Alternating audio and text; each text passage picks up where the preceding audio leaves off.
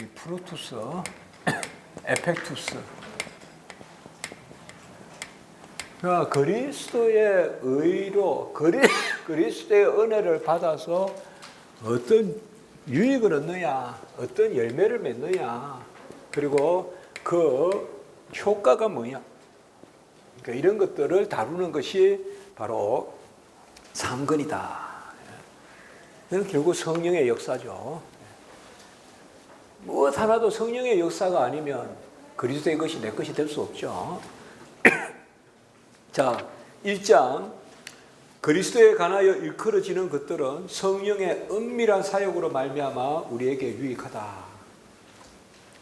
은밀하다는 말이 성령에 많이 사용됩니다. 은밀하다는 단어와 내적이라는 단어, 이거는 다 인격적이라고 생각하시면 돼요. 그러니까 너무 은밀하다는 것이 막 너무 비밀스럽다 이렇게 생각하지 마시고, 우리 지금 나무가 자라는 거, 까마귀가 그냥 하나 떨어지는 거, 잎사귀 하나 떨어지는 것도 하나님의 섭리잖아요. 그런 것은 성령의 그런 것은 그냥 역사, 그런 데는 은밀하다는 말 안 써요. 은밀하다는 말은 구원의 역사를 이야기할 때 은밀하다는 말을 씁니다. 그렇게 아시면 돼요. 그러니까 은밀하다는 말을 너무 이렇게 단어 그 자체로 너무 이렇게 까다롭게 볼 생각이 보실 필요가 없어요. 은밀하다, 아르카누스라 그러는데 라틴어로. 예. 그래서 아르카나 이렇게 이제 그 여성 명사로 쓰이는데요. 은밀하다는 것과 내적이라는 것, 인테리어로. 그러니까 은밀하고 내적인 역사. 같이 해볼까요? 성령의 은밀하고 내적인 역사. 이건 우리가 매일 우리 개혁신학자들은, 개혁 목회자들 입에 있거든요. 이거 성령의 내적 역사, 성령의 은밀한 역사. 이건 다 뭐냐 하면 구원 역사. 구원 역사는 곧 뭐예요? 우리 자신의, 우리 인격에 일어나는 그 부분입니다. 그래서 그 밑에 1, 2, 이건 이제 1장은 4절밖에 안 됩니다. 4절밖에 안 되는데 제가 또 여기에 그나마 4절인데 세 묶음을 또 만들어 놨죠. 1, 2절을 하나로 묶고 3절, 4절. 그러니까 그리고 또 묶은데 또 제목으로 붙였죠. 이런 것도 다 제가 붙인 제목입니다. 이거는. 그래서 장까지만 칼빈이 붙였다. 그러니까 혹시나 다음에 이제 뭐 누굴 가르치거나 또 어느 신문에 기고를 하거나 또 혹은 책을 쓰시거나 할 때 절 제목을 칼빈이 그렇게 절 제목을 붙였다 이러면 안 됩니다. 절 제목은 문 교수가 그렇게 붙였다. 뭐 그거는 할 수 있겠지만은 절 제목은 항상 우리 학생들 보면 칼빈이 뭐 몇 절에서 이렇게 제목에서 말하듯이 이렇게 쓰는 경우가 꽤 많거든요. 그건 아닙니다.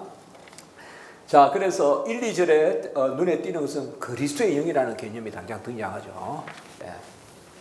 자, 30페이지 제1절 그리스도를 우리에게 묶는 고리이신 성령이다.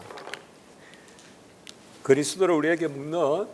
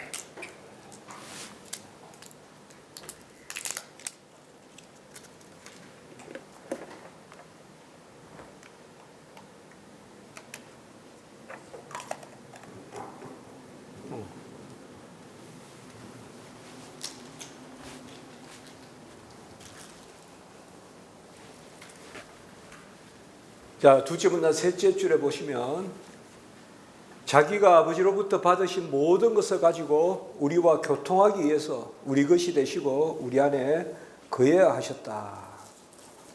이게 바로 예수 그리스도께서 이 땅에 오신, 그가 바깥에 계셨으나 이제 다 이루시고 우리 안에 오셔야 됐다.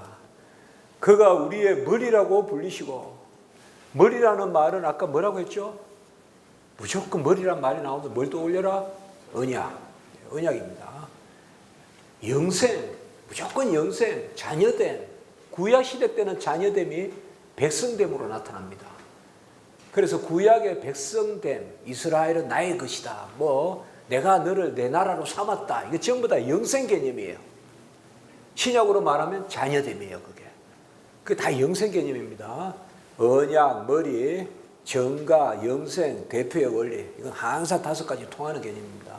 4가지가 통하고 이걸 우리가 대표의 원리라 그래요. 그래서 우리의 머리라고 불린다. 에베소 4장 15절에 우리의 머리다. 그리스도가 우리의 머리시다. 많은 형제 중에 맏아들이라고 불리시는 이유가 여기에 있다. 그가 첫 번째 아들이다. 이 말은 우리가 그와 함께 자녀된다. 어떻게 해서 그의 의를 우리 것으로 삼아 주심으로 우리가 그에게 접붙임을 받았고 그로 옷 입었다. 이제 이런 개념들이 바로 그리스도와 연합입니다. 성도의 그리스도와의 연합인데 그냥 성도의 그리스도와 연합 이렇게만 해도 되겠습니다. Union with Christ. 사실 칼빈은 그리스도와 연합이라는 것을 한 장으로 다루지는 않지만 계속 그리스도와 연합을 이야기하고 있습니다. 특별히 성령을 다루면서 그리고 믿음을 다루면서 그러니까 이런 것을 여러분들이 옆에 적어 놓으시면 좋겠어요. 그리스도께 접붙임을 받았고 그로 옷 입고 그러니까 그리스도와 연합이 그의 의를 전가해 주시는 것이고 그의 의의 전가가 자녀됨이고 상속자됨이고 이게 항상 같이 통하는 겁니다. 그게 영생 개념이에요. 영생은 자녀됨이다. 영생 개념입니다.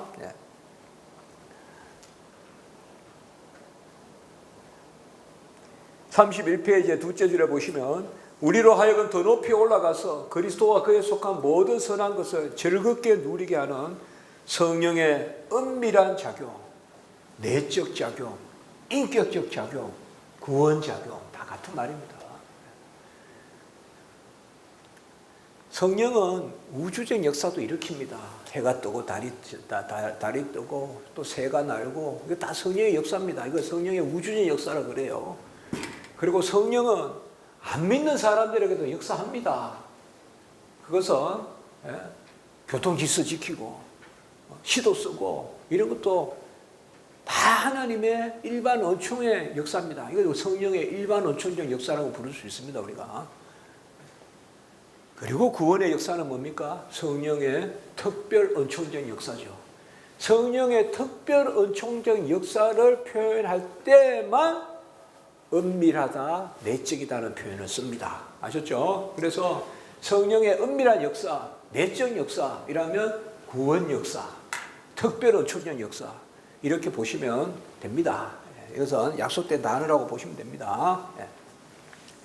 그래서 그 밑에 둘째 줄에 물과 피로 임하셔서 성령이 그에 대해 정언하게 하시고 그리고 또 두 줄 밑에 물과 피와 성령, 요한 1서에 나오는 개념이잖아요. 성령의 증언이란 말을 반복하는 것이 그릇되지 않는 이유는 증언이란 말은 2가지입니다. 말씀이란 뜻도 있고 역사란 뜻도 있고. 그 증언이라고 해서 그냥 말만 전하는 게 아니잖아요. 그건 일종의 그냥 광고죠. 증언이라는 것은 말씀이 임하면 능력이 나타나는 거죠. 그래서 말씀이 임하면 생명의 역사가 일어나는 거고 그런 개념에서 성령의 증언이라는 것은 항상 2가지 측면이 있습니다. 바로 진리의 측면과 은혜의 측면이 있습니다. 은혜의 측면. 알고 은혜를 누리는 것. 그게 증언입니다. 그러니까 땅 끝까지 내 증인이 되라 할 때는 바로 그냥 지식만 가지고 땅 끝까지 가는 게 아니라 은혜 받은 자로서 가는 겁니다. 지식만 가지고 가는 게 아니라. 그래서 구원의 역사가 있어야 돼요. 그러니까 진리의 영이자 구원의 영의 역사가 있어야 됩니다. 그것을 통하여 우리는 마치 우리의 심장에 표징이 새겨져 있는 듯한 느낌을 가지고 그리스도의 시선과 희생제물이 우리에게 인쳐지기 때문이다. 인친다는 말은 소유를 뜻합니다. 내 것이다 이 말이에요. 그것이 너희의 것이다. 인친다라는 개념이 바로 그런 개념입니다. 서서히 칼빈은 지금 여기에서 서론적으로 서서히 들어가고 있습니다. 각주 5번에 동그라미 치보세요. 각주 5번에. 그 2줄 밑에 기독교 강요 제3권은 보혜사 성령의 역사에 따라 성도의 구원 서정을 다루고 아까 구원 서정이란 말 썼죠. 보혜사 성령이 대속의 의를 전가해 주는 영이고 그 영을 받는 성도마다 그리스도와 연합한다. 이렇게 딱 생각하면 됩니다. 의의 전가 방식이 보혜사 성령의 임재다. 그러니까 이렇게 하면 됩니다. 같이 합니다. 보혜사 성령의 임재가 의의 전가 방식이다. 보혜사 성령이 임하지 않으면 그리스도의 의를 내 것 삼아 줄 수가 없습니다. 보혜사 성령이 임해야 됩니다. 그러니까 보혜사 성령의 임재가 의의 전가 방식이다. 그 의는 자신을 주신 의다. 그러므로 의의 전가가 그리스도와 연합이다. 이러면 다 끝납니다. 다 끝나요. 그게 법정적이라는 뜻이에요. 우리가 좀 힘들어도 그렇게 적어볼까요? 법정적이라는 말이 뭐냐? 우리가 구원의 의가 법정적이냐? 하늘 선포잖아요. 이건 뭔가 하면 우리가 이렇게 했습니다. 보혜사 성령의 임재가 의의 전가 방식이다. 보혜사 성령이 임해야 의가 내 것이 된다. 우리 성령이 임하지 않고 뭐 그리스도 하나님 것이 내 것이 될 수가 없죠. 보혜사 성령이 임해야 의가 내 것이 된다. 이 의는 뭐예요? 자기 자신을 주신 의다. 자기 자신을 주신 의.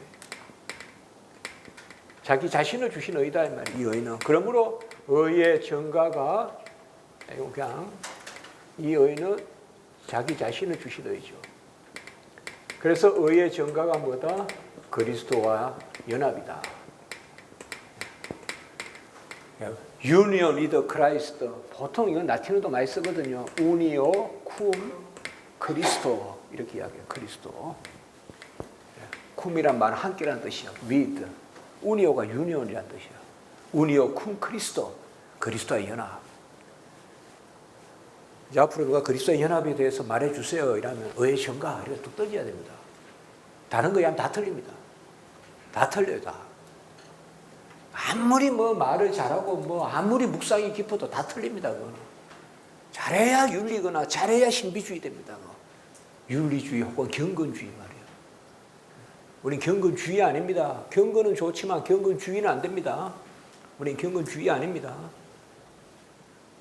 윤리는 좋지만 윤리주의는 아닙니다. 비밀은 좋지만 신비주의는 아닙니다. 우리는 바로 이걸 딱 새기면 됩니다. 보혜사 성령의 임재가 의의 전가 방식이다. 그 의는 자신을 주신 의다. 그러므로 의의 전가가 그리스도와 연합이다. 이것이 법정적으로 일어난다. 뭐 이런 데 더 말해서는 전인의 구원 뭐 이런 말도 쓸 수가 있고 전인격적 구원 뭐 이런 말도 쓸 수가 있고요. 그런 말은 본질적이지 않고 요거는 본질적이냐. 요것만 정확하게 아멘하면요. 유대주의 요새 무슨 경향을 드러내니 무슨 다 그 신약 신앙의 여러 이론들이 다 극복이 됩니다. 다 요것만 정확하게 하죠. 이것에 대해서 전혀 아멘이 없는 사람들이 바울 신학의 새 관점주의자들입니다. 저는 그런 분들은 그러니까 종교개혁을 부인합니다. 그분들. 제가 한국에 오자마자 학생들에게 그랬거든요. 두고 봐라. 이신칙이 부인한다는 말 참 나온다 분명히 뉴 퍼스펙티브 주의자 때. 그런데 2007년인가 그 책이 나왔어요. 딱 서점에. 이신칙을 부인하는 거예요. 개신교 신학자들이라고 자칭하면서. 자, 성령의 증언 그 부분 바로 그리스도의 시선과 희생제물이 우리에게 인친다. 성령이 그 밑에 줄여 성령이 거룩하게 하심으로 순종함과 예수 그리스도의 핏부림을 얻기 위하여 택하심을 받은 자들이다. 다 성경에 나오는 이야기입니다.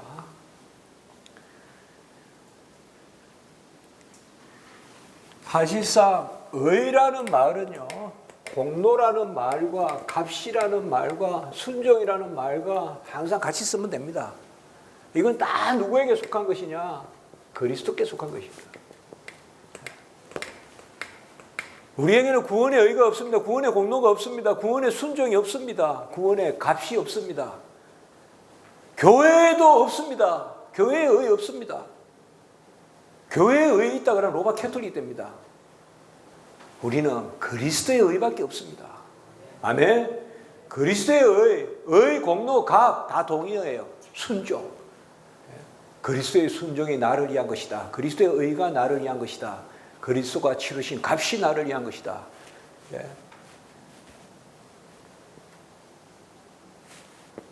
우리가 신학자 중에 슐라이마흐, 바르트 이런 사람들은 제가 조지 신학책 다 읽어봤습니다. 슐라이마흐 몇 번 읽었습니다. 처음부터 끝까지. 값이란 단어가 한 번도 안 나와요. 값이란 개념이 없어요. 전부 모범이에요. 모범. 모범은 공자도 모범이죠. 맹자도 모범이고. 그러나 그들이 값을 치른 건 아니잖아요. 공자, 맹자가. 부처도 마찬가지고.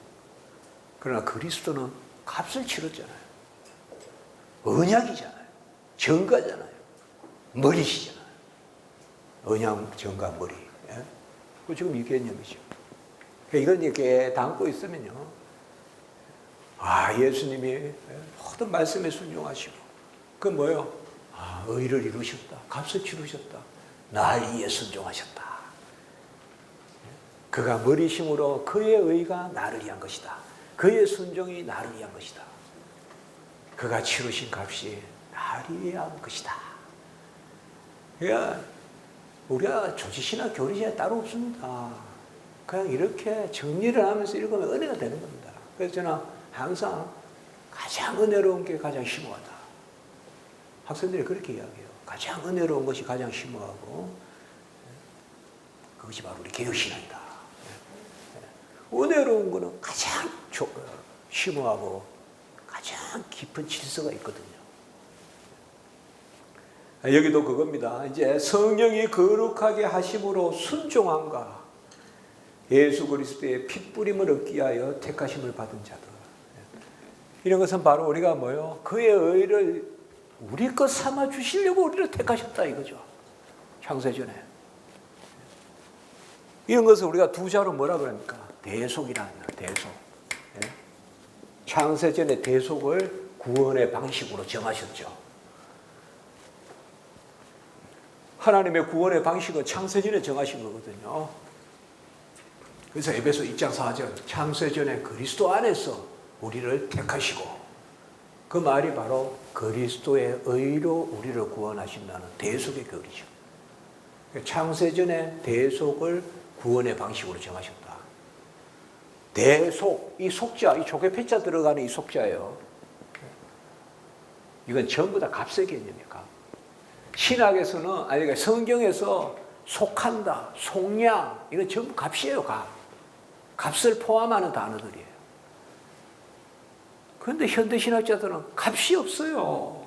칼 라너에게도 값이 없어요. 폴 틸리에게도 값이 없어요. 판네 베르크 값 없어요. 판네가 몇 번 읽었어요. 값 없어요, 값. 값이 없는데 무슨 기독교 신학이에요. 예수가 나를 위해 죽으시고 값을 치르시고 그래서 그게 나를 위한 대리적 속죄. 대리적 속죄의 약자가 대속이에요. 대리가 뭡니까? 법에서 자기의 이름으로 법률 행위를 하나 그 법률 행위의 효과가 전부 법인에게 본인에게 다 돌아가는 거. 그걸 대리인이라 하잖아요. 그 가장 대표적인 대리인이 바로 변호사잖아요. 변호사가 한 법률 행위는 다 그 소송을 맞게 잘 돌아가잖아요. 같이 합니다. 대리적 속죄. 대속. 대속이란 말은 대리적 속죄의 약자예요. 예수가 우리의 대리란 말이에요. 예수가 예수의 이름으로 죽으셨지만 그 모든 죽음의 효과가 나를 위한 것이란 말이에요. 열매와 효과, 프루투스, 에펙투스, 이거 제목으로 잡았잖아요. 그리스도의 의를 내 것으로 누리는 그 프루투스, 프루트 영어로 하면 열매, 즐거움. 열매가 즐거움이라는 뜻이 있어요. 나무는 즐거움의 열매를 맺잖아요. 나무에 막 연탄재 뿌리고 막 철조망 막 둘러놓고 막 이러면 막 나무가 열매를 못 맺잖아요. 그러니까 참 이 단어 재미있죠. 즐거우면 열매를 맺잖아요. 이게 프루투스예요. 유익하다도 되고. 그리고 어떤 효과가 있나요? 에펙투스.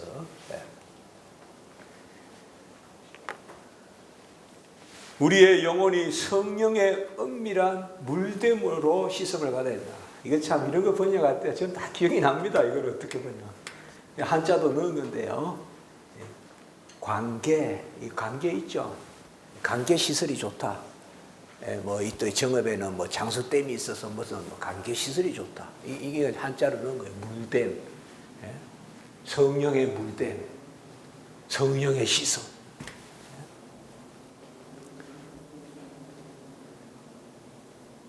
한 줄 밑에 바울은 씻음과 의롭다 하심에 대하여 여기서부터 자세히 나오지만 항상 제사함과 의의 증가는 함께 있습니다.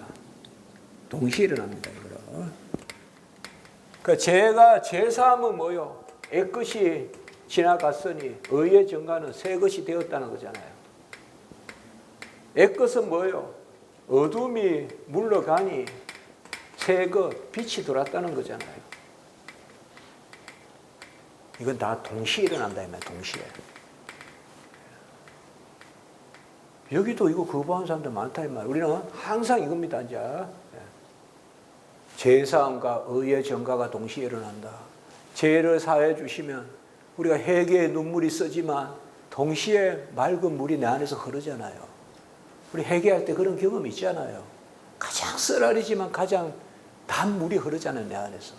가장 쓴 눈물이 흐르지만 가장 단 또 내 안에 침이 흐르듯이 흐르잖아요. 회개의 경험이 다 있잖아요, 우리가. 동시에 일어난다, 이 말이에요. 어둠은 물러가지 않았는데, 어둠은 물러갔는데 빛이 안 들어왔다. 그런 게 없다 그랬잖아요. 자, 이런 것들이 이제 서서히 이제 들어가는 개념입니다. 예. 무조건 이건 알아야 됩니다, 구원론에서. 예. 같이 합니다. 제사함과 의의 증가. 제사함과 의의 증가. 예, 시험 칠 일은 없지만, 시험 친다 이러면 무조건 이거 쓰면 한 30점 받습니다. 구원론에서는 무조건 법정적 하나 쓰고, 제사함과 의의 증가 하나 쓰고, 동시에 일어난다. 어둠이 물러가는 것과 빛이 들어오는 것이 동시에 일어난다. 그래서 사탄과 씨름하고 귀신과 씨름하지 마라. 하나님과 씨름해라. 빛과 씨름해라. 야곱이 언제 사탄과 씨름했습니까? 약복강에서. 저는 아직 신앙이 아주 여려서 아직 기도가 부족해서 저는 기도하면 뭐가 보이고 계속 그래서 뭐 기도를 더 열심히 해야 그걸 물리쳐야 되고. 아니요. 빛이 들어오면 없어져요. 빛이 들어오면 없어져요. 어둠과 싸워서 어둠을 어떻게 몰아냅니까? 동이 터면 없어지지. 빛이 들어오면 없어지지. 무슨 귀신론입니까? 무슨 귀신을 쫓는 게 능사입니까? 예수님이 오시면 다 하늘에서 떨어지는 게 귀신인데, 하늘에서 떨어지는데요. 뭐 이상한 신앙생활 한다고요. 왜 사탄과 씨름합니까? 브니엘, 여호와의 얼굴을 보았다. 이스라엘, 여호와 겨루어 이겼다. 이긴 겁니까? 지주신 거지. 졌잖아요. 이거 뼈가 갔잖아요. 진 거죠. 그런데 이겼다는 이름을 붙여주잖아요. 그거죠. 하나님이 지주신 거죠. 이 신학적 의미가 있는 이야기예요. 우리는 사탄 배상설이 아니에요. 좀 복잡한 이야기를 한다면 사탄 배상설이 아니라고 우리는 하나님께 배상하는 거예요. 하나님께 죄진 거지. 사탄에게 죄진 거 아니에요. 무슨 사탄에게 빚을 갚아요 가서. 하나님께 죄를 지은 거예요, 우리는. 이런 거는 중요한 이야기예요, 사실. 성도들이 평강을 누리려면 계속 하나님을 생각하면 되는데, 밤에 잘 때도 매일 그냥 사람 생각하는 거예요. 밤에 잘 때 사람 생각하고 자는 사람은 불쌍한 사람이에요. 미워 죽겠고. 그러다가 이제 자는 거 있잖아요. 그 불쌍한 사람이에요. 하나님 생각하면 자요. 하나님 생각. 저도 많이 그렇게 생각해요. 하나님과 싫으면. 아니, 어둠이야 있든 없든 신경 쓰지 마세요. 빛이 들어오면 없어지니까. 빛이 안 들어오면 어둠은 뭐 백날 어둠과 싸워. 여러분, 어둠, 칼로 어둠을 막 친다고 어둠이 없어집니까? 어둠이 더 짙어지지. 빛이 들어오면 어둠이 없어지죠. 자, 시선과 의롭다 하심.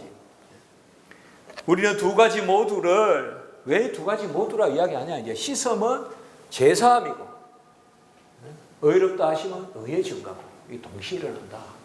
이제 이런 것은 뭐예요? 애것이 지나가고 새 것이 들어오는데 동시에 일어난다. 저 사람은 애것이 지나갔는데 새 것이 아직 안 됐어. 그런 사람은 없다는 것입니다. 그래서 교회에서 저 사람은 교회에는 다니는데 아직 신자가 아니다 이런 말 하면 안 됩니다. 특별히 지도자는 그런 말 쉽게 하면 안 됩니다. 저 사람은 뭐 교회는 다니는데 뭐 하나님도 모른다 그러고 이런 말 하면 안 됩니다.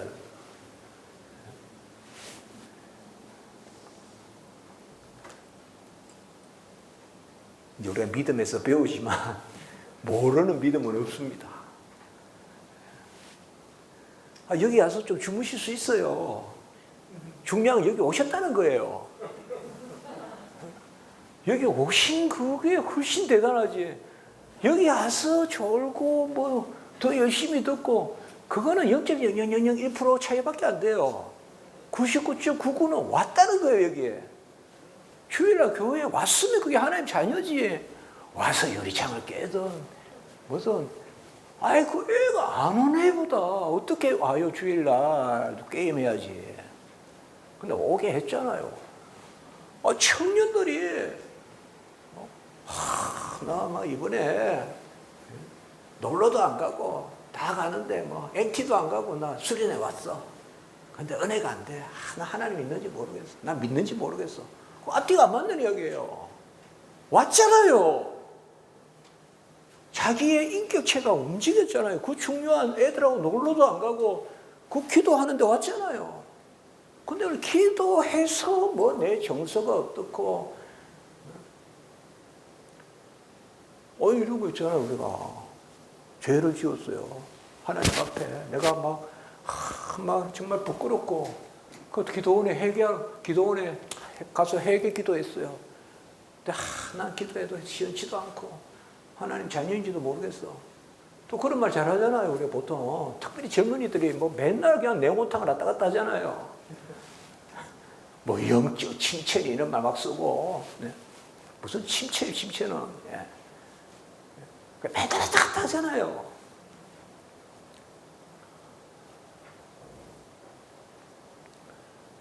죄를 짓고 누가 경찰 앞에 갑니까?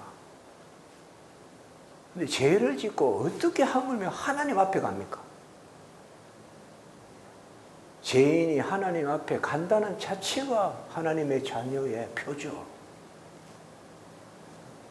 그렇게 해서 용서를 받았다 안 받았다는 0.00001%의 영역이고, 우리 여기 오다가 그냥 교통신호 하나에가 그냥 경찰만 보면 피하잖아요. 빨리빨리 숨잖아요. 근데 독수리 같은 눈으로 살피시는 하나님 앞에 죄를 짓고 어떻게 예배드리러 가고 어떻게 죄를 내어놓고 회개 기도하냐고요. 그 자체가 벌써 하나님의 은혜죠. 같이 합니다. 경외. 이 경외라는 말은요, 우리는 뭐 공경하고 공경할 경자에 두려워할 애자잖아요. 우리 한자로. 라틴어는 그냥 티모르예요. 두려움. 경외라는 말이. 그럼 경외는 뭐냐? 두려운데 나아가는 거예요. 뭐 두려우면 도망치면 될 거 아니에요. 여기에 은혜가 있는 거예요. 두려운데 나아간다는 말은 뭘까요? 이끌려가는 거예요. 그래서 예배의 본질은 경외예요. 내가 잘나서 나아가는 것이 아니라 우리가 무슨 주중에 전부 착하게 살아서 성가대 서는 건 아니잖아요. 성가대 하얀 가운 입고 내가 죄가 없어서 서는 성가대원 몇 명이나 있겠어요. 몇 명이 아니라 신학적으로 말하면 없죠. 그런데도 성가를 부르잖아요. 우리가. 그건 뭐예요? 담대히 부르잖아요. 그건 뭐예요? 두려움 가운데서도 나아가는 것, 그는 바로 하나님의 전적인 이끄심이 있는 거죠. 우리가 지금 법정적이다 이런 용어들, 객관적이다 이런 용어들은 전부 다 우리의 정서와 무관하게 하나님이 이루시는 일입니다. 하나님이 이루시는 일입니다. 그래서 지금 칼빈은 여기서 그런 부분들을 전체적으로 이야기하고 있습니다. 일단 각주 5번에 보시면 여러분들 그 그리스도의 영에 관한, 성령에 관한 그런 부분들, 그리고 32페이지에 보세요. 각주 32페이지에 둘째 줄 밑에 각주에 성령의 임재에 따른 그리스도의 의의 증가, 그리고 그 밑에 성도의 그리스도와의 연합의 방식이다. 그래서 제가 칼빈의 주석 이런 것도 해서, 그러니까 이런 주석이 귀하다 이 말입니다. 이 책에. 그동안 1960년도까지 주석을 붙여가지고 그것도 존 티 맥닐이라고 뉴욕의 유니온 신학교 역사 교수가 각주 붙인 걸 이때까지 보고 있었어요, 우리는. 근데 이제 제가 여기서 2020년 상황에서 그때까지의 작품들, 그러니까 전 세계적으로 1960년도까지만 각주가 붙어 있는 거예요. 전 세계적으로. 그 이후에 각주 작업을 안 했어요. 근데 저는 이게 각주 작업을 한 거예요, 지금. 작년까지 작품들 거의 뭐 2015년, 16년 이런 작품들 다 인용했어요, 제가 여기에. 그래서 그런 또 가치가 있습니다, 여기에. 그래서 그런 것도 잘 활용하시면 되겠습니다. 그래서 제가 여기 각주 단 것도 여러분 잘 좀 활용하시면, 그리고 철저히 개혁신학적 입장에서, 사실 조직신학자가 기독교 강요를 번역한 경우는 잘 없어요, 세계적으로. 뭐 독일 뭐 다 이렇게 봐도 물론 뭐 바르티안 이거 좀 있긴 하지만 정통 개혁 신학에서 사실 칼빈의 신학을 개혁 신학적 입장에서 각주를 단 건 잘 없어요. 그러니까 옛날에 우리 기독교 강요 각주를 보면요, 칼빈에게는 언약 신학이 없다라는 각주도 붙어 있고요. 그다음에 성경 모사상이 없다는 각주도 붙어 있고요. 그 마음대로 막 붙어 있는 거예요. 거의 루터란들이 칼빈을 비판하듯이 비판하는 내용이 많이 들어있어요. 독일 신학자들에 의해서. 그걸 우리가 읽고 있었다고요. 그래서 저는 사실 제 이 책이 미국에도 좀 번역됐으면 좋겠다. 지금 기독론 번역하고 있지만 제 제자가 이거 기독교 강요도 번역했으면 좋겠다. 교만한 게 아니라 우리가 이제는 감사의 표로 좀 하면 좋겠다. 이때가 우리가 받았으니까 이제 우리도 좀 우리 것을 그쪽에서 전해줄 수 있지 않느냐, 미국에. 그런 생각도 해봅니다. 자, 제가 일부러 지금 좀 천천히 하고 있습니다. 마지막 줄, 그리스도를 우리 자신에게 효과적으로 묶는 고리는 성령입니다. 이 말은 그리스도 나를 위해 죽으셨어요. 그러나 그의 것이 내 것이 되려면 성령의 역사가 있어야 돼요. 그래서 아까 열매, 효과 이제 다 있죠. 칼빈이 자주 쓰는 말입니다. 빈큘럼이라고 하는 라틴어 고리, 그리스도의 고리 이런 말 많이 씁니다. 같이 한번 해볼까요? 그리스도의 고리, 성령의 고리, 거의 같이 많이 씁니다. 그리스도가 중보자로서 우리를 하나님께 연결시키고 또 성령이 또 그리스도를 우리에게 연결시키고 빈큘럼이라고 하거든요. 이 사설. 자, 제2장 성령은 그리스도의 영이라 불리신다. 성령은 네 점 보면 성결의 영이다. 자, 아까 제3의 뭐요? 제3은 성결의 영이죠. 거룩함 영이고, 의의 정가는 자녀되는 거죠. 그건 뭐예요? 양자의 영이고. 그러니까 둘 다가 같이 불리는 거죠. 성령은, 보혜사 성령은 시섬의 영, 정결케 하는 영, 제3의 영. 이자 동시에 뭐예요? 의의 정가의 영. 의의 정가는 영성이라고, 영성은 자녀 삼는 거라 그랬죠. 그러니까 의의 정가는 무슨 말이고?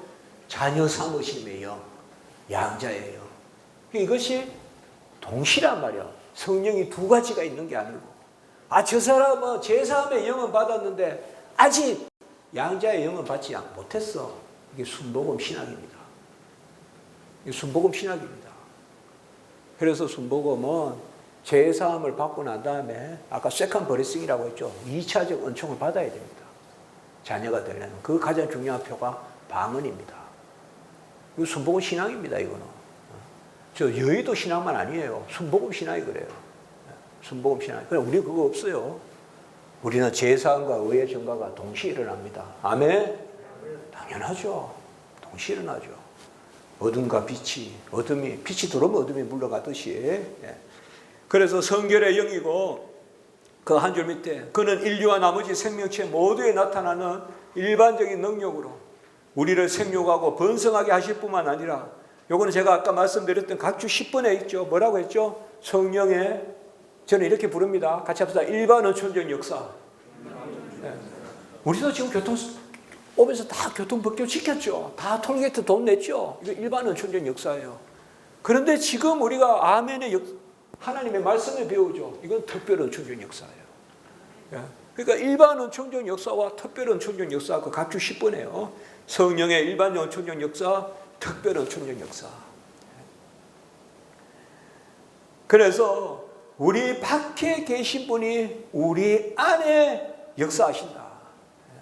그래서 우리와 함께 계시고 우리 속에 계신다. 우리가 요한복음 보면 14장 17절에 나오죠. 너희와 함께 파르 힘이 너희 속에 거하겠습니다. 엔 힘이. 전치사 파라가 헬라어로는 함께거든요. 그 다음에 에는 전치사 에는 안에거든요. 이제 보혜사 성령이 임하면 우리 밖에 계시고 우리 안에 계십니다. 우리 밖에 계시고 우리 안에 계시다. 보혜사 성령이 임하면 그는 보좌 우편에 계시고 우리 안에 계시다. 그래서 그 영의 역사로 그 제자들이 났습니까? 우리가 났습니까? 우리가 났죠. 제자들은 함께만 있었죠. 아직까지 예수님과. 그러니까 예수님의 풍랑이 있을 때는 예수님을 바깥에서 찾아야 되잖아요. 예수 어디 계시냐 하면서 하들짝 놀라고 예수님은 또 뱃머리에서 주무시기도 하고 뭐 또 어떨 때 저 멀리 계시다 무리로 오시기도 하고. 그러나 지금은 뭐예요? 우리는 내 안에 계시죠. 같이 합시다. 함께 그리고 안에.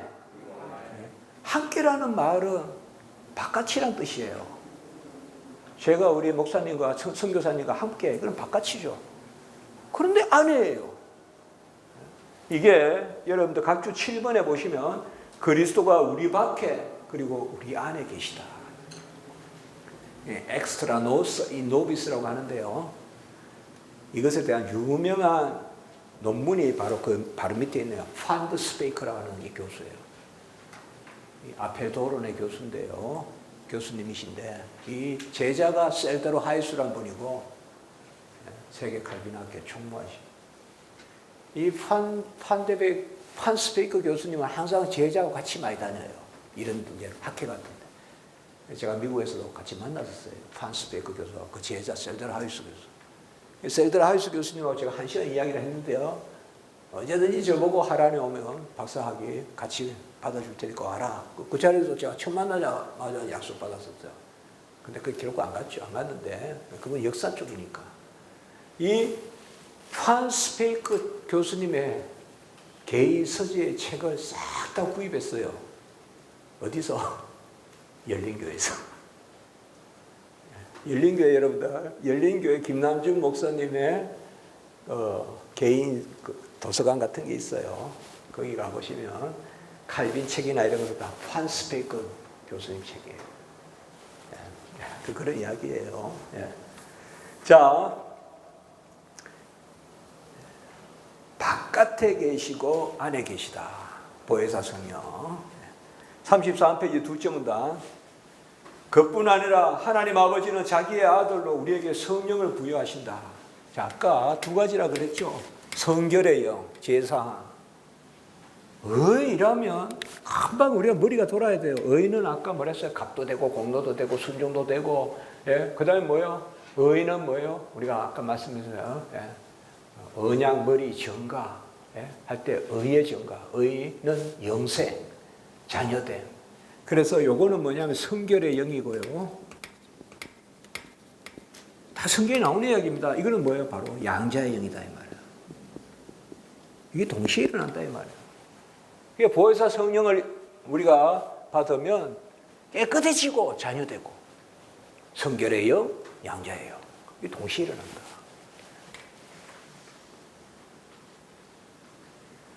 그래서 33페이지 둘째 줄 그는 자기의 후하신 가운데 33페이지 둘째 줄 자기의 후하신 가운데 성령의 충만함을 부어주셔서 그 아들이 일꾼이자 청지가 되게 하시고 성령은 어떨 때는 아버지의 영 어떨 때는 아들의 영이라고 불리는데요. 이것은 각주 14에 우리가 여기서 말하지 않겠습니다. 이게 필요계 별입니다. 우리 서방 전통이죠. 성령이 아버지 그리고 아들로부터 출래하신다, 나오신다, 발출하신다. 이 동사 세 가지 다 쓸 수 있어요. 다른 동사는 되도록 쓰지 마세요. 출래하신다, 발출하신다, 나오신다 다 쓸 수 있는 단어예요. 이걸 필리오계 교리라고 그래요. 이건 우리가 1권 13장에 가시면 상세히 또 볼 수 있고 제 기독론 책을 보셔도 되고 여기서 그걸 이야기하는 거예요. 성령은 아버지의 영이고 아들의 영이고 따로 두 가지 영이 따로 있는 게 아니라 삼위일체 한 영이에요. 그리고 아들의 영은 특별히 신약시대 때는 그리스도의 영이라고 불린다. 그리스도의 영이다. 가장 대표적인 게 로마서 8장 9절이에요. 포뉴마 크리스투, 그리스도의 영. 여러분들 웨스트민스터 신앙 고백서를 보시면요. 그리스도의 영이라는 개념이 자주 나타나요. 그게 바로 칼빈 신학의 영향이에요. 우리 개혁 신학의. 웨스트민스터 신앙 고백서 보시면 그리스도의 영이라는 거. 그러면 그리스도의 영이란 뭐냐? 간단해요. 다 이루신 의를 신약시대 때 전가해 주시는 바로 약속된 또 다른 보혜사를 내려주신다는 요한복음 14장 17절에 내가 또 다른 보혜사를 내려준다. 14장 16절 17절 진리의 영 계속 나오잖아요. 그게 그리스도의 영이라는 거예요. 원 보혜사는 그리스도잖아요. 또 다른 보혜사는 사실 보혜사는 성령이 아니에요. 원 보혜사는 그리스도예요. 그럼 우리는 지금 성령을 보혜사라고 부르잖아요. 왜? 그리스도의 영이기 때문에 보혜사라고 부르는 거예요. 지금은. 사실상 보혜사 이렇게 하면 그리스도입니다. 아셨죠? 보혜사 그러면 그리스도예요. 위로자. 예? 파라크레토스. 파라크레시스가 위로잖아요. 그러니까 위로자. 요한일서 2장 1절에 보면 대언자. 그거 다 똑같은 말이에요. 속삭이는 분. 예. 본래 보혜사는 그리스도시예요. 원보혜사. 근데 내가 올라가면 유익인 것은 또 다른 보혜사를 내려주려 함이라. 또 다른 보혜사는 누구냐? 보혜사 성령이에요. 그 또 다른 보혜사를 보혜사 성령이라고 부를 때 그 보혜사가 누구예요? 그리스도예요. 그러니까 그리스도의 영이에요. 보혜사 성령은 그리스도의 영이에요. 근데 지금은 그냥 우리가 찬송할 때도 뭐 내 눈을 뜨게 하소서 뭐 보혜사시여 뭐 이러면 우리 보혜사 그냥 성령을 뜻하잖아요.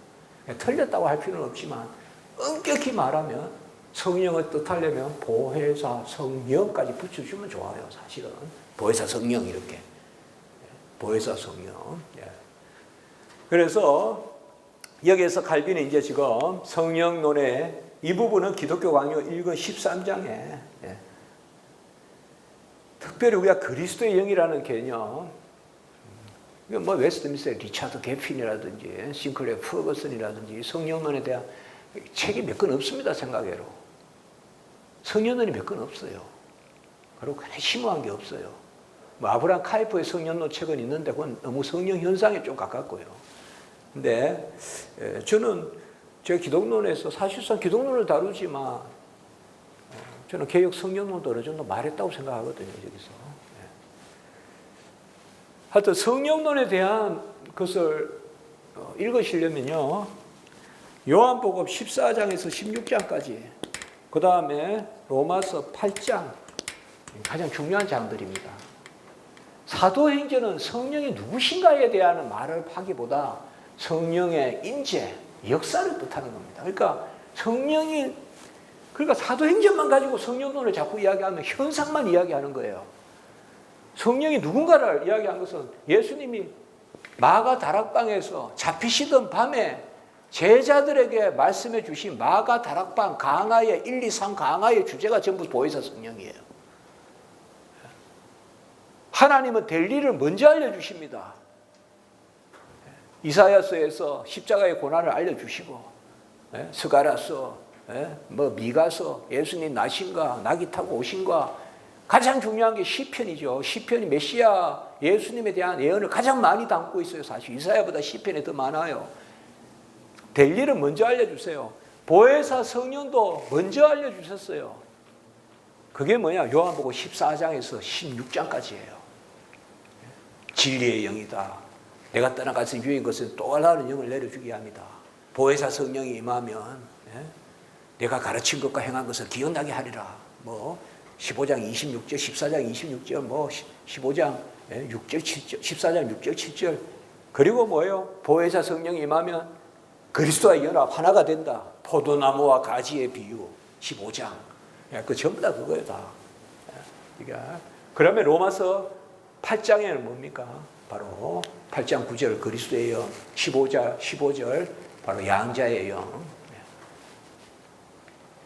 그래서 이런 이치만 이야기해도 우리가 개혁 성령론은 그냥 금방 찾아볼 수 있는데 너무 성령 행전, 사도행전은 성령 행전이다. 성령론은 무슨 현상 이렇게 자꾸 간단 말이에요.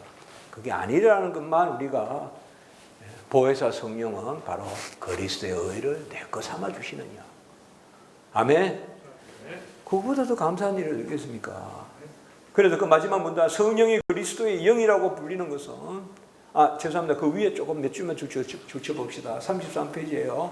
두째 문단 7째 줄 밑에 그리스도의 영이 없으면 그리스도의 사람이 아니라 로마서 8장 9절.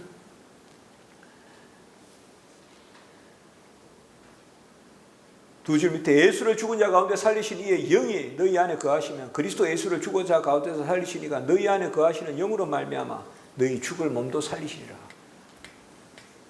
그리고 그 밑에 문단 성령이 그리스도의 영이라고 불리는 것은 그리스도가 하나님의 영원한 말씀으로 동일한 성령 가운데 아버지와 결합하셨기 때문만이 아니라 그리스도의 중보자의 인격이다. 이 말은 이 땅에 오셔서 대속의 의를 다 이루신 그 의를 우리 것 삼아 주시는 영, 그리스도의 영, 보혜사 성령, 그렇게 이야기하는 것입니다. 그래서 각주 15도 여러분들 동그라미 좀 치시고요. 거기 보세요.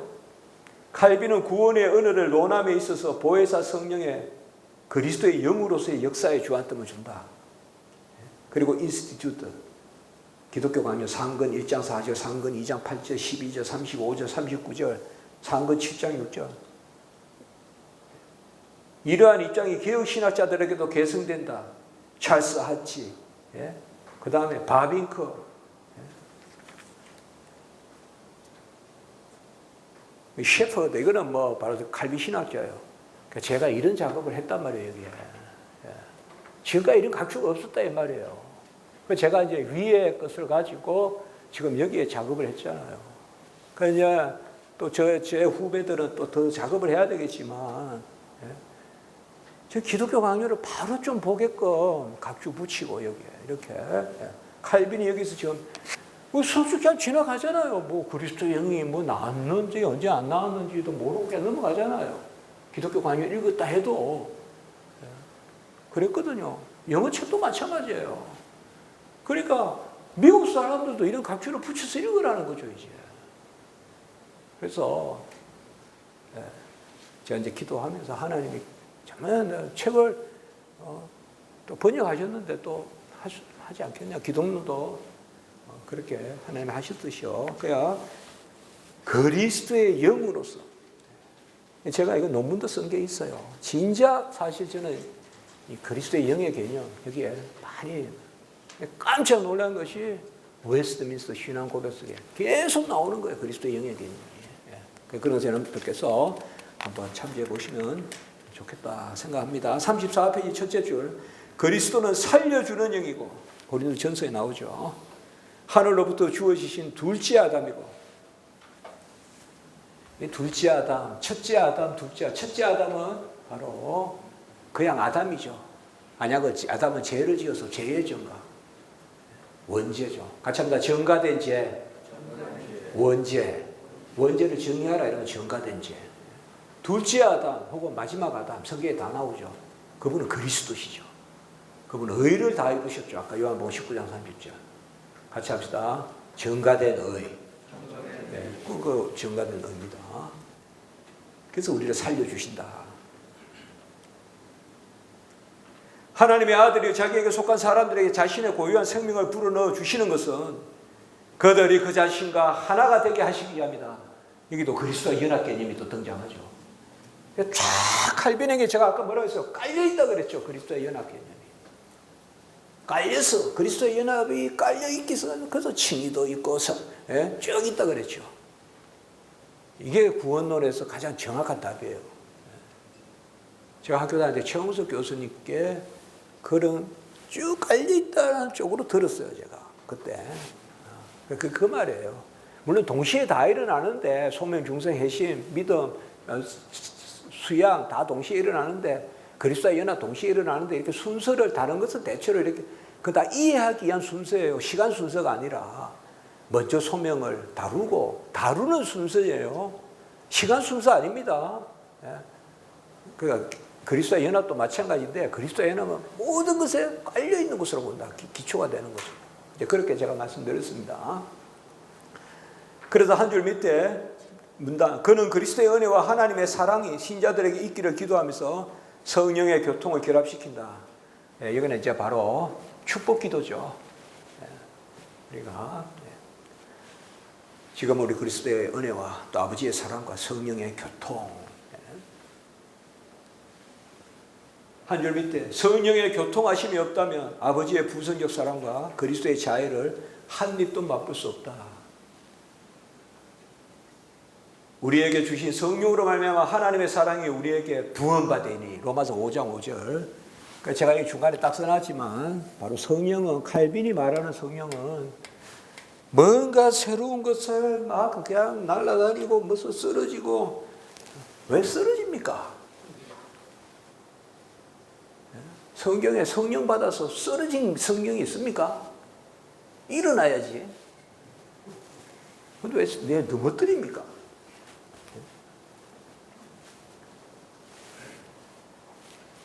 왜 또 전도사들은 그런 데 갑니까? 제가. 한 교수님 그래도 가봐야지. 전부 다 채직시켜야 되거든요. 뭘 가봐요, 가보기. 그렇게 시간이 없어요. 기독교 강요 읽어야지.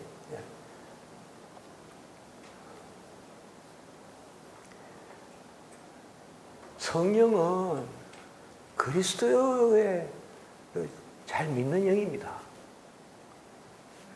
구원론은 그리스도 잘 믿으면 끝나는 겁니다. 그냥. 구원론에서 뭐 새로운 게 안 일어납니다. 구원론에서 새로운 게 일어난다고 말하는 게 로마 캐톨릭입니다. 우리는 의의 증가밖에 없어요. 그 의는 다 이루신 의예요. 내 의는 없어요. 그래서 로마 캐톨릭은 무슨 교리가 있느냐? 의의 증가 교리는 없어요. 로마 캐톨릭은. 의의 증가 교리가 있어요. 증가 교리.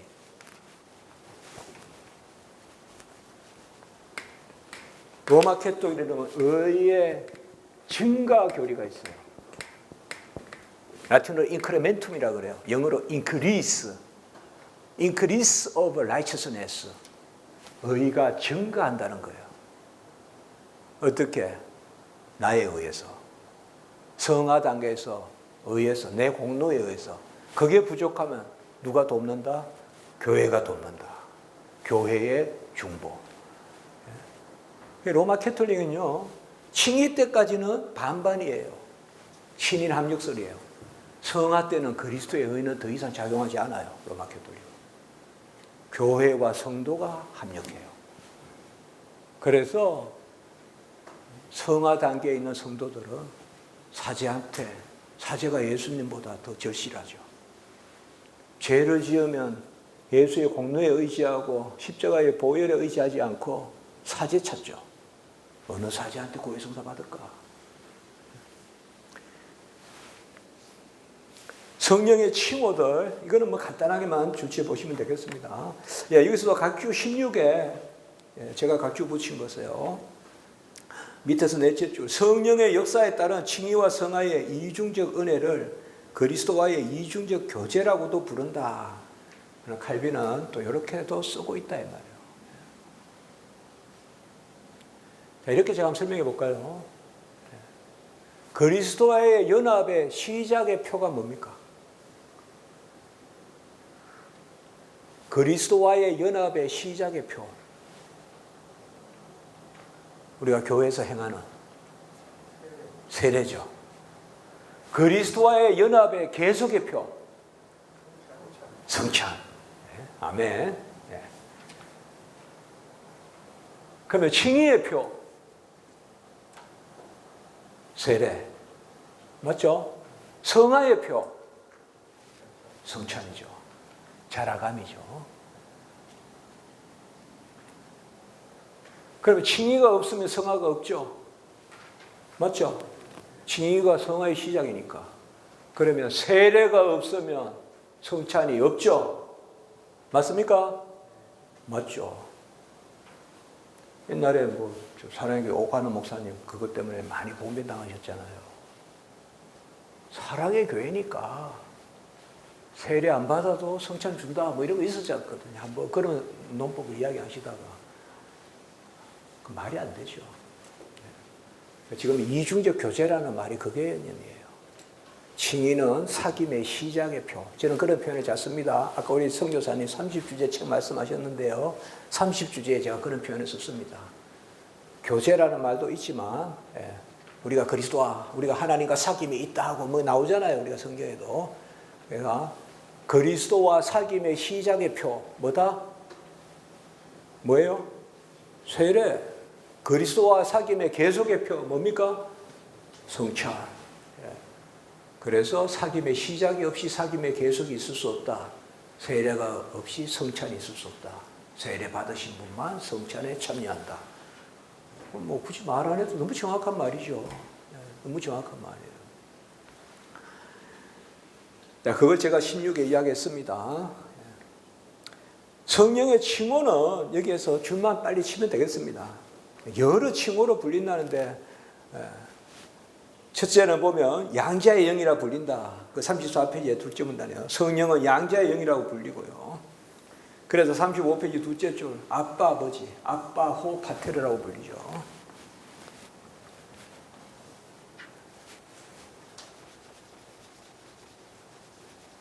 아빠 아버지는 이게 아빠 호 파테르랑 헬라어인데요. 이 증간사거든요. 이게 아빠는 칭호입니다. 아버지, 아빠. 호파테르는 고백입니다. 아빠, 당신은 나의 아버지십니다. 그렇게 생각하시면 됩니다.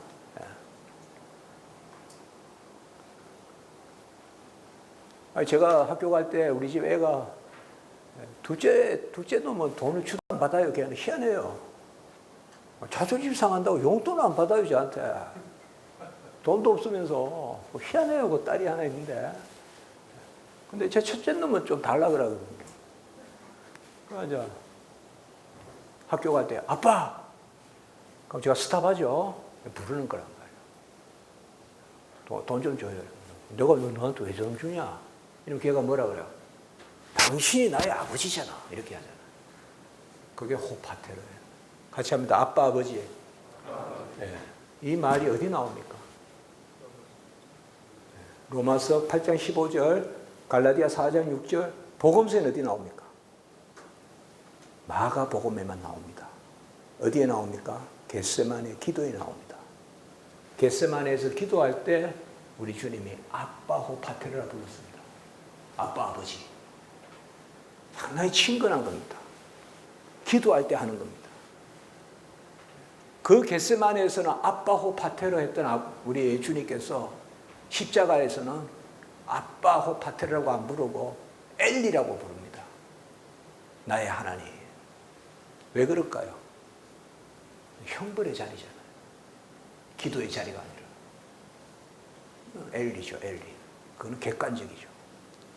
아빠호 파테르, 양자의 영입니다.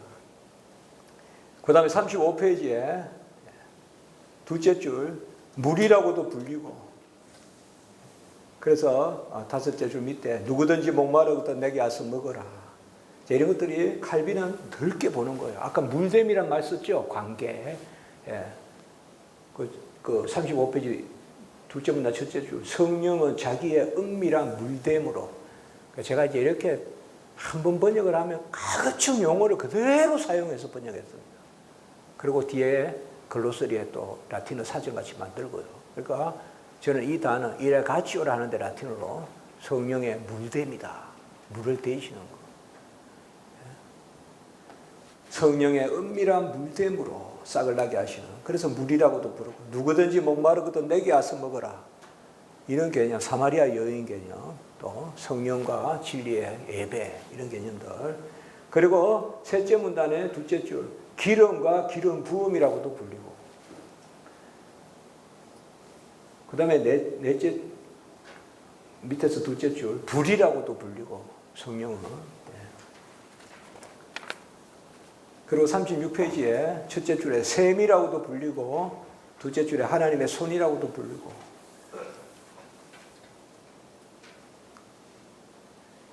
우리 한 가지 생각을 할 것은요, 성령을 왜 이렇게 다양하게 부르느냐. 성령의 형상을 우리가 지정하면 안 됩니다. 성령의 현상은, 그래서 비둘기다 이렇게 말하지 않잖아요. 비둘기 같다, 불의 혀 같다, 급한 바람과 같다, 소리가 났대도. 성령은 인간의 이성에 따라 정한 시에 정한 때에 내가 명령하는 대로 동일한 현상이 나타나는 게 아닙니다. 기본적으로 성령은 성령의 주권적인 역사죠. 그래서 성경에서 매일 성령이라면 그냥 성령이라면 기름, 성령 기름, 성령 기름 이렇게만 이야기하면 성도들은 주유소에 가면 성령이 있는 줄 알아요. 그러니까 표현을 너무 확정하지 말라고요. 그러니까 어떤 때는 바람과 같고 어떤 때는 바람 비둘기, 그것도 같고 이렇게 했잖아요. 다 뜻이 있는 거예요. 무조건 성령이면 이렇게 하고, 성령은 그냥 운동장에 가가지고 뭐 있어요. 미국에 머리 허옇고 언제 쓰러지냐 이러면 아직 20분 남았는데 그래.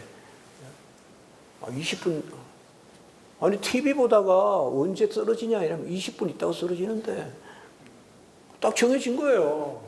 그 성령이 그냥 목사가 시간표대로 움직입니까? 여기서 우리가 알 수 있는 것은 칼빈이 성령의 이름을 특정하지 않는다는 걸 아셔야 돼요. 특정하지 않는다. 우리가 뭐 성령의 은사가 어떻게 됐다. 그러나 가장 기본적인 이야기는 성령의 은사는 성령의 주권에 맡겨진 것이지 그걸 우리가 해결할 수는 없어요.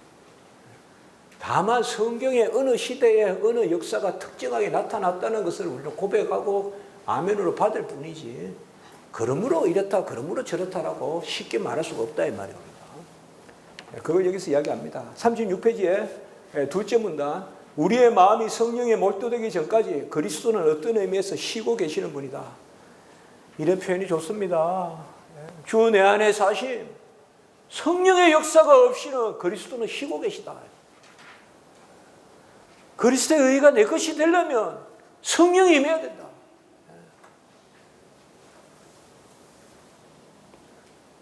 제가 그런 말 잘합니다. 성령 임재는 주 내 안에 사심. 성령 충만은 뭘까요?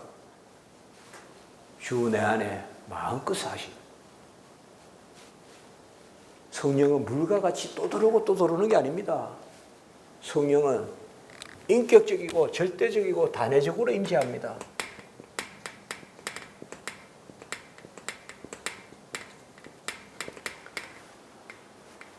성령은 인격적입니다. 인격이란 말은 절반만 못 들어온다는 겁니다. 문병호가 인격이 있으니까 여기만 있잖아요. 절반은 서울에 있고 절반은 여기 못 있잖아요. 인격이니까. 인격적입니다. 성령은 들어오셨거나 안 들어오셨거나지. 성령이 그냥 절반만 들으셨고 3분의 2만 들으셨고 그건 없다 이 말이에요. 그리고 성령은 절대적이에요. 기대고 들어오지 않아요. 준비돼서 들어오지 않아요. 제가 설교할 때 그런 저는 비유를 잘 안 드는데 그래도 자전거 튜브에 바람을 넣으면 튜브가 벌어져 있으니까 바람이 들어오는 게 아니죠. 바람이 들어가면서 튜브가 늘어나죠. 그렇죠. 야, 이제 내가 준비를 해야 돼. 바람을 받으려면. 그러니까 튜브를 먼저 늘려. 그러면 바람이 들어옵니까? 아니잖아요. 성령도 마찬가지예요. 준비가 없어요. preparation. 준비가 없습니다. 준비가 없어요, 여러분들. 절대적으로 들어옵니다. 그리고 성령은 단회적으로 들어옵니다. 단회적으로. 한 번만에 들어옵니다. 그러면 성령 충만은 뭐냐? 그 들어오신 영이 마음껏 사시게끔 하는 것이 성령 충만입니다. 그럼 우리 개혁신앙은 성령 충만을 무슨 충만이라고 이야기합니까? 말씀, 기도, 회개. 그게 성령 충만의 대표적인 것들입니다.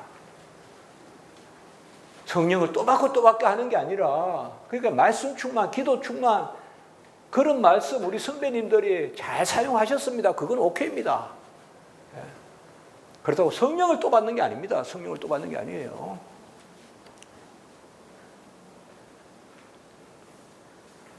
성령이 우리 안에 마음껏 사시는 그래서 우리가 회개해야 되고 우리 안에 막 독이 있는데 그 안에서 성령이 역사할 수가 없잖아요. 회개해야 되고 말씀 봐야 되고 기도해야 되고 우리가 웨스트민스터 신앙 고백서나 이런 데 나오는 성령 충만 개념은 다 말씀 개념이에요. 기도 개념이에요. 이렇게 가르치면 안 됩니까? 이렇게 가르치면 뭐 은혜가 떨어집니까? 이렇게 가르치면 맹맹합니까? 저는 모르겠습니다. 우린 열매를 맺어야 되잖아요. 뭐 내 기분만 좋으면 뭐합니까?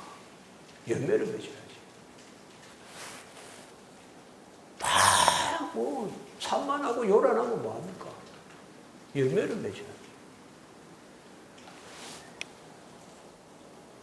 자, 세 줄 밑에 오직 그리스도가 그들의 머리가 되어주시고 그들을 위하여 형제 중에서 맏아들이 되어주신 자들 그리스도로 옷 입은 자들에게 성령은 은혜를 베푸신다. 다 같은 말입니다. 그리스도와 연합을 이야기합니다. 아까 옷 입는다. 그 다음에 맏아들이 되신다. 머리가 되신다. 다 언약 개념입니다. 그래서 세 줄 밑에 그리스도를 우리와 하나가 되게 하시는 분은 오직 성령이다. 그래서 지금 이 성령론에서 사실상 성령이 하나님이시다. 이거는 1권 13장에서 다루어요. 삼위일체에서. 여기서는 가장 중요하게 여기는 게 뭐예요? 그리스도의 의의 증가예요. 성령론에서 지금 구원론에서는 그의 의를 내거 삼아서 그리스도와 하나가 되는 거예요. 그리스도와 연합되는 거. 그 가운데 뭐가 일어난다? 죄사함이 일어나고 그 가운데 아까 그 성결의 영, 그 가운데 또 뭐가 일어난다? 자녀됨이 있고. 그래서 성령은 뭐라고도 불린다? 불이라고도 불리고 물이라고도 불리고 기름이라고도 불리고 그 다음에 양자라고도 불리고 아까 계속 그렇게 나왔잖아요.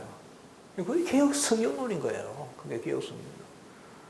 이게 뭐가 부족합니까? 충분하지 않습니까?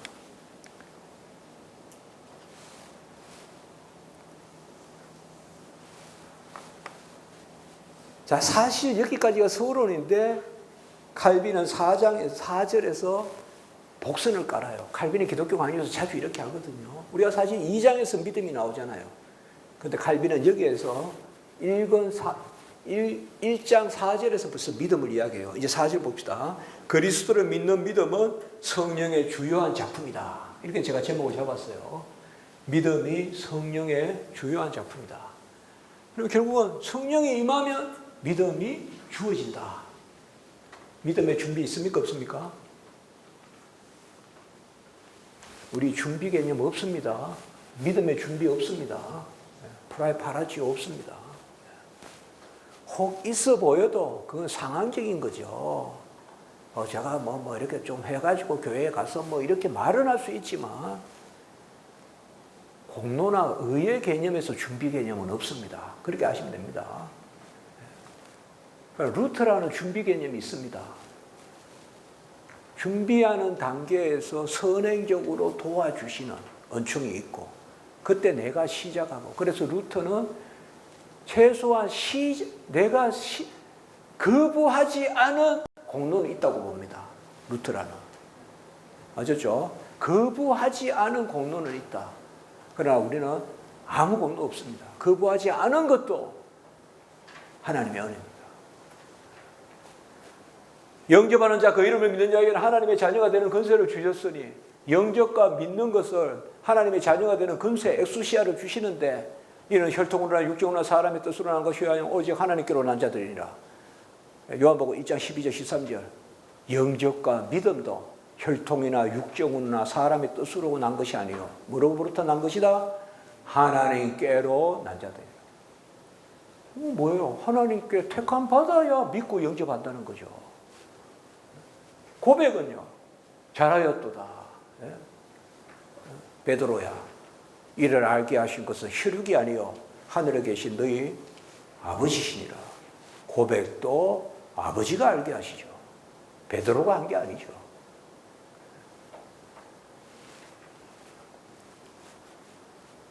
우리는 준비 개념 없습니다. 준비 개념 없어요. 준비가 있어 보이는 것 같아요. 뭔가 정신을 차리니까 교회에 오는 것 같고, 그러나 공로가 없다 이 말이에요. 아무 공로 없어요. 믿음은 진정 성령의 주요한 작품이다. 일반적으로 성령의 힘과 작용이 무엇인지를 일컬어주는 표현들은 믿음과 관련된다. 요한이 가르치듯이 성령은 믿음을 통하여 우리를 이끌어 복음의 빛 가운데로 들어가게 하시는지요. 이 통하여 개념 아까도 했죠. 우리 제가 설교할 때 디아 피스테우스, 바로 믿음을 통하여 그리스도를 믿는 자들에게 하나님의 자녀가 되는 권세가 부여된 것은 혈과 육으로 말미암은 것이 아니라 하나님으로부터 났기 때문이다. 그래서 에베소 2장 8절입니까? 믿음은 구원의 선물이다. 선물이니까 없다 그러면 배은망덕한 거죠. 내가 노력해서 얻은 것이면 없다 그러면 겸손한 거죠. 그러나 하나님이 주신 선물이면 없다 그러면 배은망덕한 거죠. 믿음 없다 하면 안 됩니다. 믿음 있다 해야 됩니다. 제가 힘들 때가 있었습니다. 교수하면서. 아주 힘드니까 새벽에 기도하는 것도 뭐 그렇지만 밤에 기도하는 잠을 못 잡니다. 그러니까 아파트에 창문을 열어놓고 무릎을 꿇고 손을 들고 기도했습니다. 손을 들고 기도한다는 건 뭡니까? 화살이 날라오면 맞겠다는 뜻이에요. 방어 안 하겠다 이거잖아요. 손을 들고 기도하는데 아무도 없습니다. 아무도 없어요. 수첩에 사람은 많은데 아무도 없다 이거예요. 그래서 기도하는데 좀 사고 무침이에요. 근데 그때 너에게 믿음이 있지 않냐, 그런 아멘이 있었어요. 내가 너에게 믿음을 선물로 주지 않았느냐. 너에게 있는 믿음을 겨자씨만큼만 써. 네가 사람을 움직인다고 산을 움직일 수 있겠냐? 믿음을 사용하거라. 뭐로? 믿음을 선물로 주셨음을 믿는 것이 믿음의 시작입니다. 같이 한번 할까요? 믿음 있음을 믿는 것이 믿음의 시작이다. 선물로 주셨으니까. 왜 믿음 없다 그래요? 어떤 사람은 자녀 아니라 그래요. 선물로 주셨는데 자녀권은. 내가 열심히 노력해서 자녀가 됐다면 무슨 종해서 면천인 이런 거 해가지고 종의 신부 불사르고 그냥 그래서 됐다면 나 자녀 아니다 이러면 그것도 에이사 절하는구나 하지만 선물로 줬는데 매일 하나님 앞에 가서 자녀 맞습니까? 집에서 애들이 맨날 아침마다 일어나가지고 오늘 점심 먹어도 돼요? 이렇게 물으면 엄마가 기분이 좋겠냐고요. 그러니까 우리는 많은 경우 고백신앙이라고 하면서도 고백신앙이 아닌 거예요. 그래서 제가 그때 그 생각했어요. 나는 믿음을 동사형으로 쓰지 않고 명사형으로 써야 되겠다. 믿습니다. 이 말을 하기보다 믿음을 주셔서 감사합니다.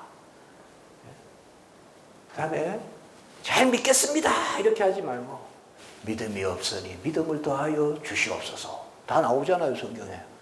믿음이 부족하오니 믿음을 더하여 주옵소서. 하면 믿음의 공로가 있다라고 해서 난리가 났던 게 바로 알미니안주의입니다. 아셨죠?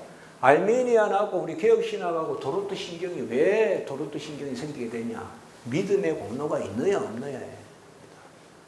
우리는 믿음의 공로가 없습니다. 그러나 알미니안은 믿음의 공로가 있다고 봅니다. 그래서 거기 넷째 줄에 사도는 하나님을 혈과 육에 대조하면서 그렇지 않으면 불신앙에 머물러서 사람들이 믿음으로 그리스도를 영접하게 된 것은 초자연적인 선물이라고 주장합니다. 이를 내게 알고서 혈육이 아니라 하늘에 계신 내 아버지야. 제가 아까 다 이야기했죠. 그래서 저는 믿음도 영접도 고백도 전적인 은혜다. 아멘입니까? 네. 전적인 은혜다. 고백이 공로라면 고백신학 어떻게 하겠습니까? 우리가 고백이 은혜죠. 그래서 가장 은혜로운 게 가장 심오하다. 그 고백신학이 우리 개혁신학이죠. 우리는 고백하지 않는 것은 공부하지 않죠. 우리는 고백하지 않는 것은 기말고사 시험지에 안 써내죠. 전도사님들. 그러나 외국에 가보면요, 고백 안 하는 것도 가르치는 신학자 있고요, 고백 안 하는 것도 답안지에 쓰는 경우가 있어요. 그러나 우리는 안 그렇잖아요. 제가 이 기독론에서 제 입장이라고 말하는 것 중에 제가 고백하지 않는 건 없죠. 우리 고백신학이죠. 우리는 믿는 것을 알고 믿는 것을 배우죠. 그러니까 조금만 더 하고 이제 이 장을 마치면 됩니다. 그 밑에 줄, 약속의 성령으로 인침을 받았고, 또 한 줄 밑에 바울은 구원의 약속이 성령의 사역으로 우리의 마음속을 파고든다는 점을 들어 성령이 내적 교사다. 그러니까 interior magister, teacher. 성령은 내적 교사다. 이런 말을 많이 씁니다. 또 세 줄 밑에 성령의 거룩하게 하심과 진리를 믿음으로 하나님에 의해 택함을 받았다. 아예 결론을 내려버립니다. 한 줄 밑에 믿음은 그 자체가 성령으로부터 나온 것이고 그 외에 다른 어떤 것도 아니다. 땅에 결론 내려버립니다. 이렇게. 칼빈이 강하게 이야기할 때 강하게 이야기하거든요. 그래서 요한일서 3장 24절, 성령으로 말미암아 우리 안에 거하시는 줄 아니라. 이게 확신이거든요. 확신이라면 두 요소가 뭐냐? 성령과 말씀과 성령입니다. 우리 항상 이 월드 스피릿, 아까 제가 개혁신학의 두 축이라고 했죠. 확신의 두 요소는 말씀과 성령입니다.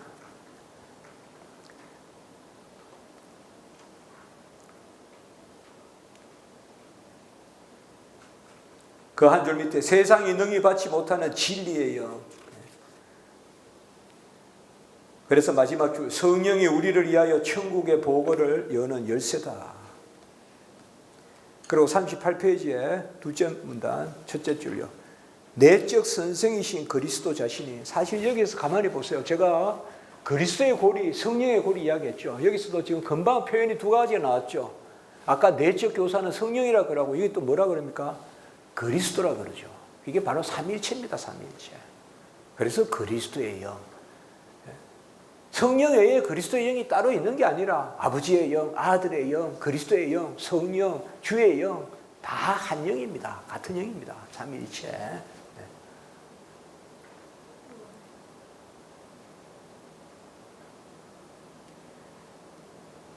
세 줄 밑에 우리를 거듭나게 하셔서 새로운 피조물이 되게 하시고, 아까 의의 증가, 자녀됨, 우리를 거룩하게 하셔서 때를 씻고 거룩한 성전이 되게 한다.